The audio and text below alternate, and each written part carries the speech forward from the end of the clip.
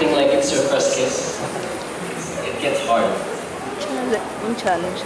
Same po. Yeah. I don't think, well, I guess my difference noon, kasi parang noon meron pang parang konting, reluctancy. Parang may konting hiya pa, kasi hindi naman po kami. Unlike now na we're so used to it na po, so parang hindi na siya bago. Pero tama si James, ang mas nahirapan po kami is yung mga firsts ni Joanne at ni Gio. So yung parang getting to know each other or na kung paano mo may papakita na talagang ngayon pa lang kayo nagkakilala nagkakakilala pa lang kayo. Kasi now we're so used to it. So meron po mga nagiging mannerisms na napo-point out ni Direk na hindi naman, parang meron po isang scene kasi na parang very touchy ako sa kanya. Na hindi naman talaga dapat kasi nga, hindi naman po kami ganun maka-close in the movie. So yung ganun po, yung mas nahirapan. Sabi niyo, this is a raw movie, di ba? Parang walang script, tapos kumbaga you do your own words. Hindi ba kayo nahihirapan doon? But may script naman. But just backbone. And then you do your own ad-libs, parang like that. Tapos, it's talking about tattoo, di ba? What can you say about dun sa tattoo? Kayo ba mismo, you want to do it? Or parang hindi niyo gustong magkaroon? Ay, you have. Pero yung marami talaga. For me po, it's nice kasi like tattoos are a form of art.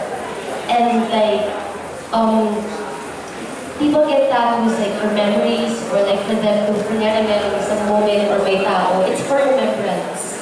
So kaya po sa akin yung mga tattoos ko, meron po siyang ibig sabihin sa akin talaga. James, do you have that? Wala. It's your choice not to have. My dad's choice. Not my choice. Pero you personally, you want to try it? Or you don't want?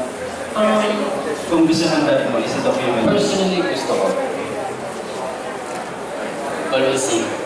Last na lang, why the millennial couple or girlfriend-boyfriend watch this film? Ano yung matututunan nila watching this Never Not Love You?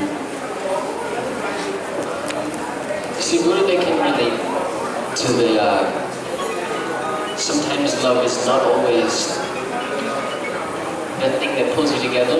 Sometimes it's what pulls you apart. But yeah, for sure, especially those who try long-distance relationships, who had to choose career or love, or choose love over career, this movie gives a lot of insight. Ako naman po, I guess, kasi millennials are parang pagdating sa love, parang ang galing-galing nila mag-isip, tapos mahilig ang mga millennials sa mga hugot times, ganyan. Parang, basta pag about love, parang nagtutwinkle yung mga mata nila, yan ang dami nang nasasabi about it. So parang, ito po kasi Never Not Love You, pagka pinanood ng mga millennial couple, or ng mga millennials even, parang somehow magbibigay siya ng pointers na parang dapat make the right choice. Tsaka hindi lang love yun ang papatakbo ng buhay. No, parang you have to pick. Parang, okay, what if na may love ka pero hindi ka na masaya? Or may love ka pero merong isa, like si Joanne. Love niya si Gio, but then meron siyang binitawan na career. So parang at the end, parang hindi na siya masaya kasi gusto niya pala yung career niya. So parang gano'n, parang at the end of the movie, matututo sila na magkakaroon sila ng pointers. Okay, thank you. Thank you. Thank you, Alan. Now our last question will come from Kuya. Sorry. I didn't get his name, sorry. Hi, this is Jonathan from Cinema Bravo.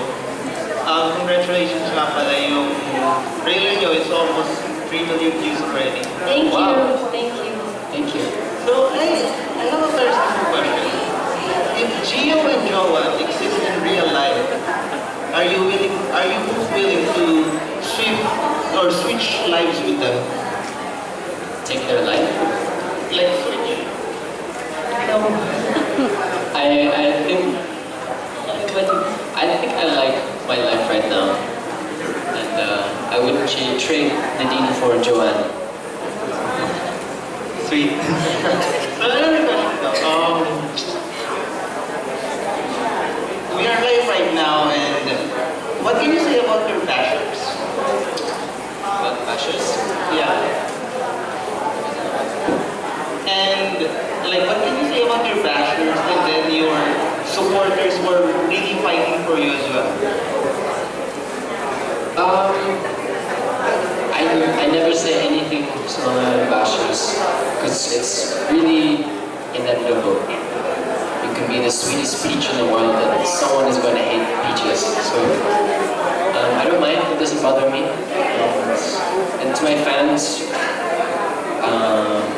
thank you for defending us, but yeah, hate makes more hate, so the only way to stop it all is just to spread love. Thank you. Okay na? At sino ba sasagot na? Meron pa? Miten? Oh, no more. Okay. Thank you. On that note, maraming salamat po. We have to